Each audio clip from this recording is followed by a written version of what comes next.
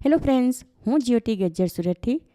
આજે હું તમારી સાથે ખૂબ જ હેલ્ધી બ્રોકોલીનું સલાડ કેવી રીતે બનાવવું એની રેસિપી શેર કરીશ. ખાવામાં બહુ જ ટેસ્ટી લાગે એવું આ સલાડ ઓછી મહેનતે ઓછા ટાઈમમાં બનાવી શકાય. જેઓ વેઇટ લોસ કરવા માંગે છે અને ડાયટિંગ પર હોય તેઓ પણ આ સલાડ આરામથી ખાઈ શકે. તો ચાલો આજની આ મજેદાર રેસિપી શરૂ કરીએ. સલાડ બનાવવા માટે મેં અહીં 250 ગ્રામ બ્રોકોલી લીધી. એના ઉપરના દરેક ફૂલ આ રીતે કાપીને અલગ કરી લઈશું. ત્યાર પછી બ્રોકોલી નીચેની કૂણી દાળ સાથે આ રીતે નાના ટુકડામાં કાપી લઈએ. હવે કાપેલી બ્રોકોલી એક વાસણમાં ગરમ પાણી લીધું છે એમાં લઈને સારી રીતે ધોઈ લઈશું. ત્યાર પછી એને કાણાવાળી ચાળણીમાં કાઢી લઈશું એટલે એમાંનું બધું જ પાણી નીતરી જાય.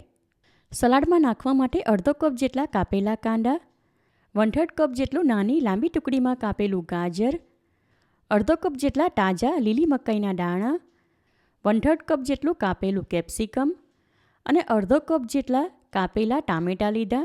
ટામેટાનો વચ્ચેનો બીજવાળો ભાગ હટાવીને કાપી લીધા હતા. 100 ગ્રામ પનીર લઈને આવી લાંબી ટુકડીમાં કાપી લીધું. 1 ટીસ્પૂન ઝીણું ચોપ કરેલું આદું, 2 ટીસ્પૂન ઝીણા ચોપ કરેલા લીલા મરચાં, જે તમે તમારા ટેસ્ટ પ્રમાણે પ્લસ માઇનસ કરી શકો, અને 1 ટેબલસ્પૂન જેટલું ઝીણું ચોપ કરેલું સૂકું લસણ. હવે આગળના સ્ટેપમાં સલાડ બનાવવા માટે એક કઢાઈ લઈને સ્ટવ ઉપર ગરમ કરવા મૂકી દીધી. ત્યાં ગેસ ફ્લેમ લો ટુ મીડિયમની વચ્ચે રાખીને કઢાઈમાં 2 ટીસ્પૂન જેટલું તેલ લઈશું. તમે તેલના બદલે બટર કે ઓલિવ ઓઇલ વાપરી શકો. તેલ ગરમ થાય ત્યાર પછી એમાં અડધી ટીસ્પૂન જીરું ઉમેરીએ. થોડી સેકન્ડ માટે જીરું શેકી લીધા બાદ હવે એમાં કાપેલા કાંદા, ગાજર અને મકાઈના દાણા ઉમેરી મિક્સ કરી લઈએ. ગેસ ફ્લેમ હવે મીડિયમ તરફ રાખીશું જેથી કરીને આ શાકભાજી શેકાઈ જાય અને ક્રન્ચી જ રહે. થોડીવાર પછી એમાં ઝીણા ચોપ કરેલા લીલા મસાલા, અડધી teaspoon red chilli flakes, 5 teaspoon જેટલી હળદર અને અડધી ટીસ્પૂન પીઝા સિઝનિંગ ઉમેરી મિક્સ કરી લઈએ. તમારી પાસે એ ન હોય તો એના બદલે ઓરેગાનો વાપરી શકાય. હવે થોડી સેકન્ડ પછી આમાં કાપેલા કેપ્સિકમ અને કાપેલી બ્રોકોલી ઉમેરી મિક્સ કરી લઈએ. સાથે આમાં કાપેલું પનીર પણ ઉમેરી દઈશું. સ્વાદ પ્રમાણે આમાં 1/4 ટીસ્પૂન જેટલું મીઠું ઉમેરી મિક્સ કરી લઈએ. હવે થોડીવાર માટે આ સલાડ ઢાંકીને થવા દઈશું એટલે બ્રોકોલી કાચી ન લાગે. 3 થી 4 મિનિટ માટે સલાડ ઢાંકીને થવા દીધું એટલે બ્રોકોલી સારી રીતે ઠંડાઈ ગઈ.